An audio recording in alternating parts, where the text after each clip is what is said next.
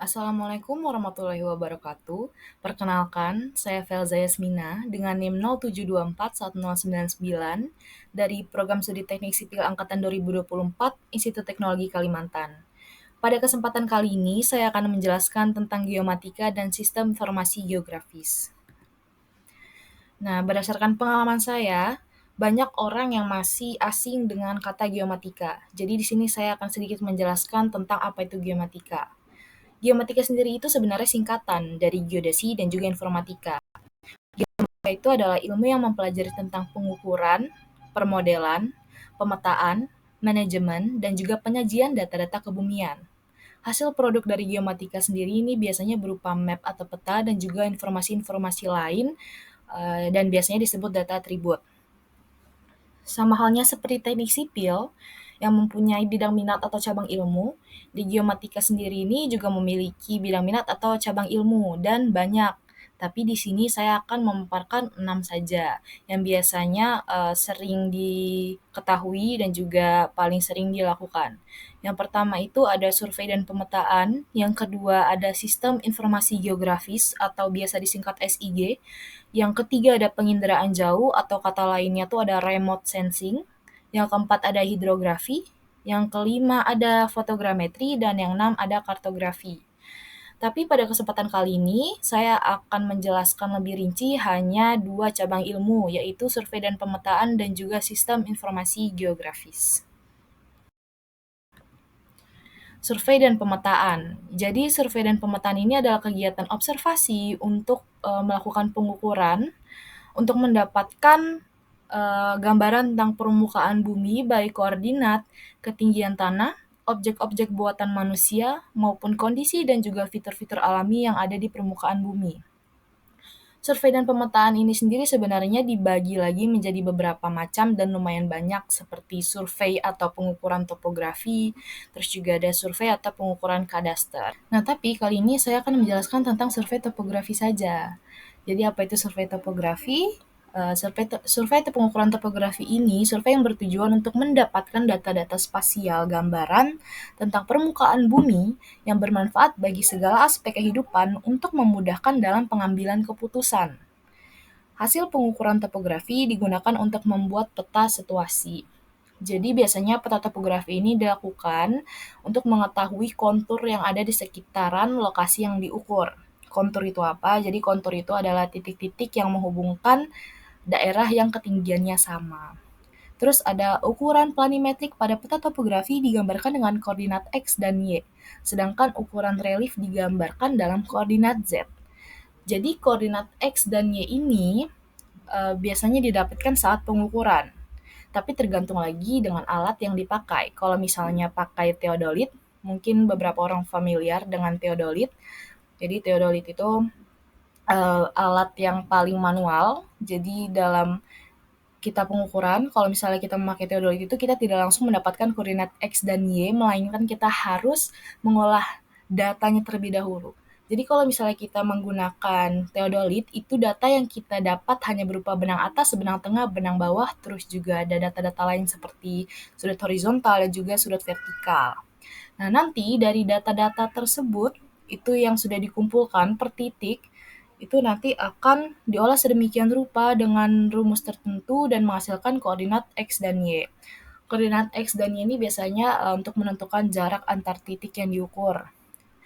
Koordinat X dan Y ini sebenarnya juga sering kita temukan kalau misalnya kita membuka Google Maps, itu ada angka-angka yang panjang, angka desimal yang panjang, dan biasanya koordinat X dan Y ini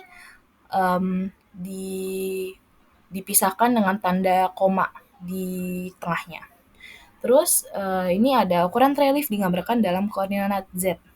Jadi sama seperti koordinat X dan Y, koordinat Z itu juga didapatkan dari data-data yang sudah diambil tadi dan diolah sedemikian rupa, tapi biasanya koordinat Z ini digunakan untuk kita mengetahui elevasi atau ketinggian suatu lokasi. Nantinya akan kita mengetahui konturnya. Nah, ini adalah salah satu contoh peta.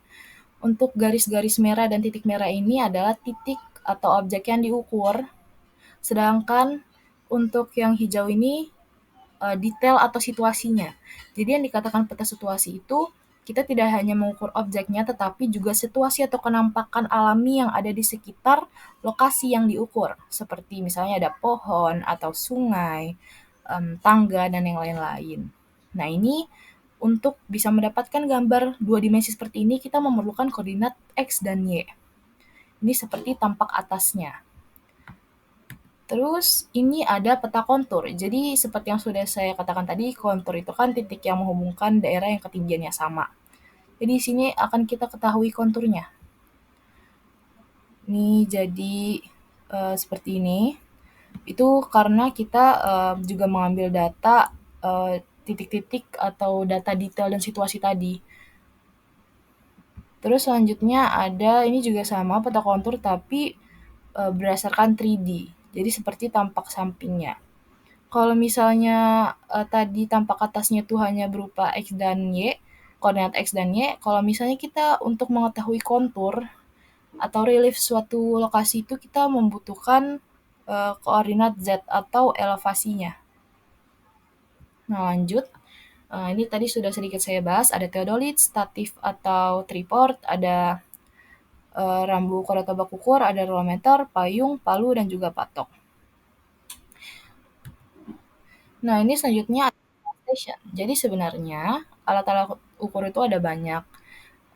Cuma yang paling umum dan sering didengar tuh pasti teodolit. Kalau total station ini sebenarnya mungkin bentuknya sama seperti teodolit, tetapi yang membedakan adalah dia versi lebih canggihnya. Karena kita tidak harus mengumpulkan data seperti tadi. Maaf, mungkin bukan mengumpulkan, kita tidak perlu mengolah data. Jadi kita hanya perlu melakukan pengukuran langsung. Jadi nanti ketika kita di lapangan kita sudah bisa menggunakan kita sudah bisa menemukan koordinat X dan Y-nya tanpa harus mengolah terlebih dahulu. Nah, biasanya nanti di dalam total station ini ada memory card yang bisa kita pindahkan datanya langsung ke laptop.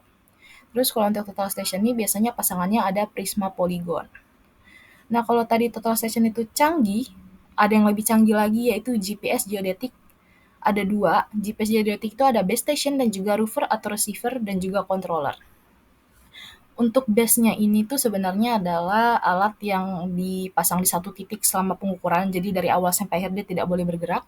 Terus rover ini alat penerimanya, jadi si base station memberi sinyal, rovernya ini nanti akan jalan sesuai dengan titik yang mau kita ukur. Jadi ini sebenarnya lebih real time daripada total station. Karena dalam GPS geodetik itu di controllernya akan menampilkan gambarnya langsung. Jadi seperti ada Google Maps-nya.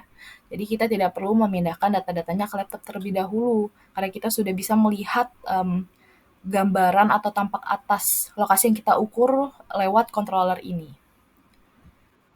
Kalau tadi survei dan pemetaan, sekarang saya lanjut ke sistem informasi geografis. SIG dan survei pemetaan ini adalah cabang ilmu yang benar-benar berdekatan dengan teknik sipil.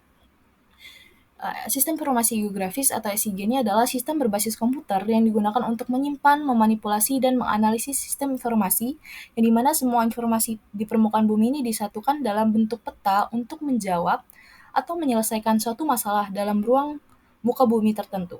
Informasi berbasis geografi dapat menjelaskan berbagai hal, mulai dari batas wilayah antar negara sampai desa, memberikan informasi sebaran infrastruktur, ketinggian dataran, kelerengan, curah hujan, informasi wilayah budidaya dan non-budidaya, dan yang lain-lain. Jadi, kenapa SIG dan survei pemetaan ini sangat penting? Saya ambil contohnya aja. Kalau misalnya kita di dalam SIG ini kita bisa menemukan informasi tentang ketinggian curah hujan di suatu lokasi tertentu. Nah, dari curah hujan ini kita mengetahui kalau misalnya suatu lokasi itu memiliki persentase ketinggian curah hujan yang lumayan tinggi, itu nantinya kita jadi bisa lebih tahu bagaimana cara menanggulangi atau mitigasi banjirnya. Nah, selanjutnya tuh di SIG sendiri tuh ada komponen SIG. Yang pertama ada orang, karena mau sehebat apapun media yang digunakan, kalau nggak ada orangnya pasti tidak bisa berjalan. Ya, yang pertama ada orang, yang kedua ada metode, hardware, biasanya laptop atau PC. Terus yang keempat ada software, biasanya yang sering digunakan tuh Esri atau ArcGIS. Dan yang terakhir tuh ada data. Jadi data ini hasil akhir akhir dari kegiatan SIG sendiri. Data sendiri itu ada dua jenis dalam SIG, ada data spasial dan juga data atribut. Jadi kalau data spasial ini seperti gambarannya atau petanya.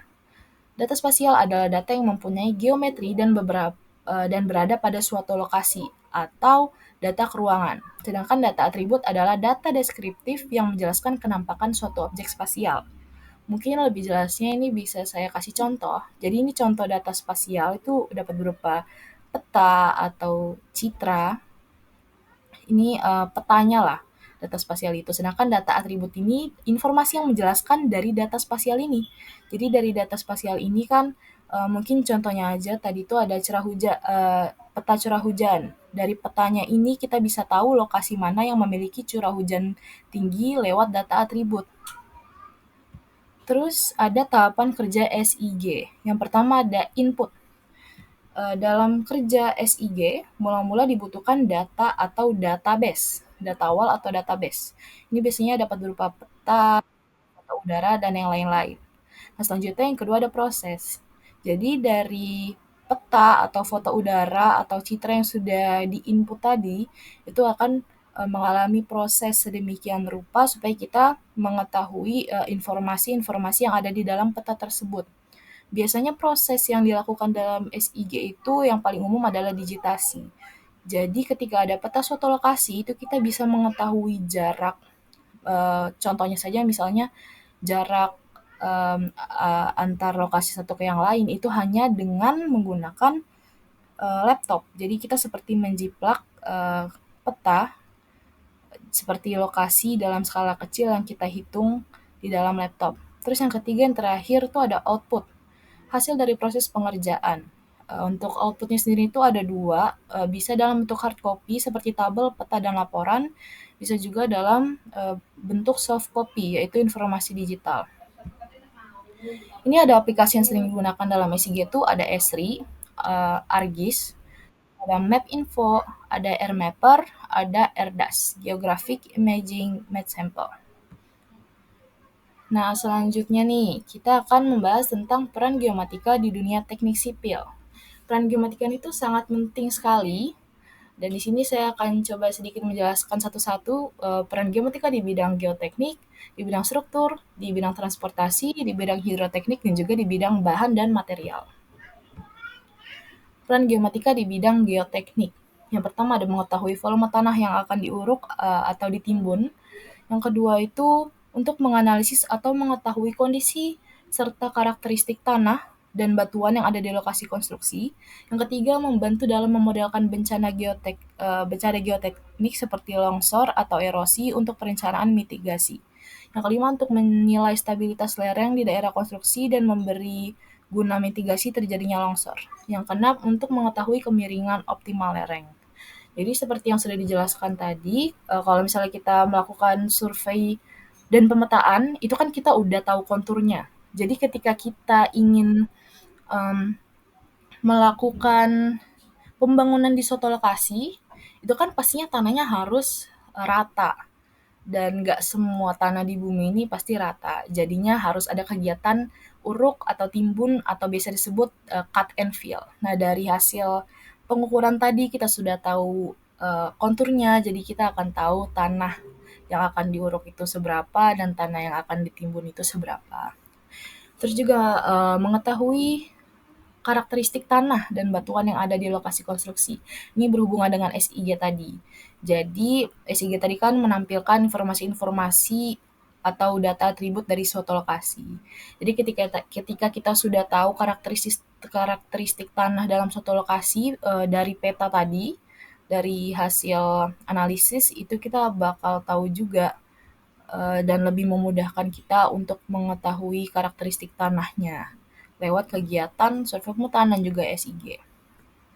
Terus yang kedua ada peran geomatika di bidang struktur. Yang pertama untuk mengetahui kondisi topografi di lokasi konstruksi dengan mengadakan survei dan pemetaan. Yang kedua untuk mengetahui kekuatan tanah sebelum pembangunan. Yang ketiga membantu menentukan titik bore pile dengan metode stake out. Jadi ini pastinya kalau misalnya kita sudah melakukan pengukuran, kita udah tahu kondisi topografinya seperti halnya tadi yang sudah dijelaskan tuh seperti kontur, terus juga ada kekuatan tanahnya sebelum pembangunan itu seperti apa. Jadi biar bisa lebih tahu apa yang harus dilakukan di bidang struktur supaya konstruksi itu kuat. Terus yang ketiga membantu menemukan titik bor pile. Jadi biasanya di dalam geomatika itu atau survei pemetaan ada yang namanya metode stakeout. Metode stakeout ini sebenarnya itu adalah kegiatan memindahkan titik perencanaan atau site plan ke lapangan langsung. Jadi ketika kita sudah membuat desain tertentu lewat software, itu nanti bisa kita pindahkan langsung ke lapangan dengan metode stakeout. Terus ada peran geomatika di bidang transportasi. Yang pertama untuk menentukan biaya transportasi dari data yang nantinya ditentukan jarak tempuh dan biaya transportasi. Yang kedua memberikan informasi yang akurat dan terkini soal kondisi jalan. Yang kelima untuk mengambil data yang mencerminkan pergerakan penduduk guna memprediksi pola pergerakan, volume, tingkat aksesibilitas sistem, dan distribusi sarana sistem. Jadi seperti yang sudah dijelaskan, dalam SIG sendiri itu kan banyak informasi-informasi yang bisa disajikan. Jadi tidak hanya sebatas curah hujan dan lereng tadi saja yang dijelaskan itu tidak hanya sebatas itu, tetapi bisa juga seperti ini untuk menentukan biaya transportasi. Jadi kayak dalam peta-peta yang disajikan itu informasinya berbagai macam. Bisa juga soal informasi yang akurat soal kondisi jalan, terus juga hal-hal lain yang berkaitan dengan bidang sipil. Terus ada peran geomatika di bidang hidroteknik. Yang pertama untuk menganalisis risiko banjir dan memetakan lokasi rawan banjir guna mengembangkan strategi mitigasi seperti pembangunan tanggul. Nah, tadi yang sudah saya jelaskan itu salah satu contohnya adalah peta curah hujan. Ketika curah hujan di suatu lokasi itu tinggi, otomatis kan risiko banjirnya juga tinggi. Jadi kita harus mengetahui penanggulangannya bagaimana, apakah harus diperbesar paritnya atau pembangunan tanggul. Terus yang kedua, untuk mengumpulkan data topografi yang diperlukan untuk merancang sistem drainase, bendungan, saluran irigasi, dan infrastruktur air lainnya. Yang ketiga, membantu dalam merancang jaringan drainase yang efisien dengan mempertimbangkan topografi, jenis tanah, dan pola air. Terus yang terakhir ada peran geomatika di bidang bahan dan material.